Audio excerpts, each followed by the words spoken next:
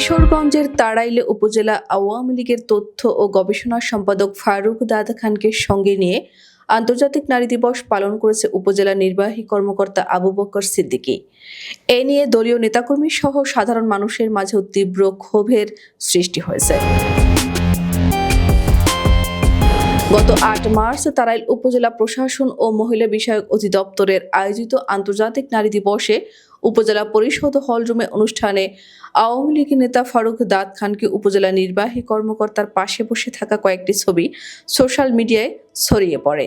এর পাশে বসা তরাল থানার ভারপ্রাপ্ত কর্মকর্তা সাব্বির রহমানকে দেখা যায়। এতে ফ্যাসিস্ট দোসরকে দেখা গেলেও বিএনপি ও জামায়াতের কোনো নেতাকর্মীকে দেখা যায়নি।